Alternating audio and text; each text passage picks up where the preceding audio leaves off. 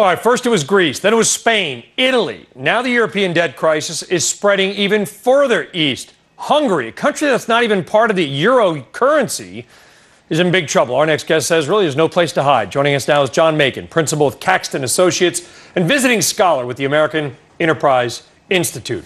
John, welcome to the program. Ryan, nice to be here. Again, we get comments. We talk about Hungary. We talk about Latvia. We've talked about Latvia, actually. We talk about Spain, right. Greece. And Americans, our viewers, they write in and say, why do I care? Put the puzzle pieces together about what's happening in Europe and why it really matters to us. I think it matters to us because it's kind of a reminder of what we went through in 2008. And if people draw analogies between, let's say, Greece is Bear Stearns, what's Lehman, and people are reminded of that crisis that we went through.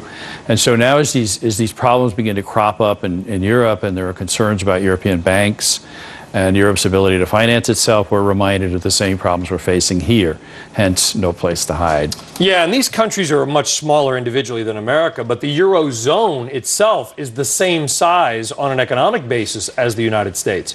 Do you think that the Eurozone itself, all the countries, are at risk? Well, the banks in many of the countries are at risk. And you're starting to see the numbers in the newspapers today. The Times had a piece yesterday. The Journal has a piece today.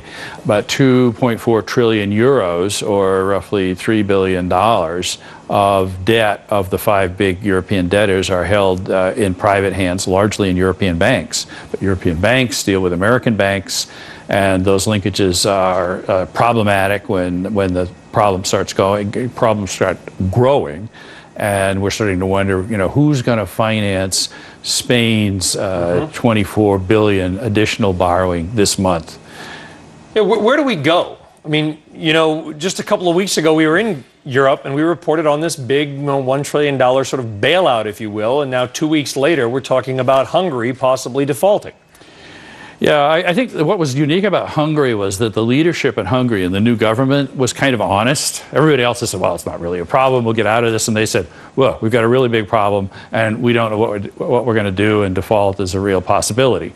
And I think that took everyone back, because you could look at Hungary's statistics and see that, well, this is not so different from Spain, Portugal, but at least Greece. They have a currency, the forint, that they can devalue, right? The ECB can't devalue the euro, although the market has done that for it. Well, the market has devalued the euro against the dollar, and if you'd gone back to Europe now, it would be about 10% cheaper than it was 2 weeks ago. But yes, Hungary can let their currency go. They're not tied up with the coherence of the European Monetary Union like Greece and Spain and Portugal are. So they can, in effect, weaken their currency to get out of this problem. However, there's a problem. The way they got a lot of Hungarians to finance mortgages was to borrow at low interest rates denominated in Swiss francs. And so it's as if they can't get out of that problem, because they've got to pay back in Swiss francs, and their currency's dropped about 30% against the Swiss franc. So again, everybody's got big problems. It all goes back to a simple fact. People borrowed way too much to finance acquisitions of real estate and consumption. That sounds familiar. John Makin, Caxton Associates. Thank you very much. Thanks, Brian. Appreciate it.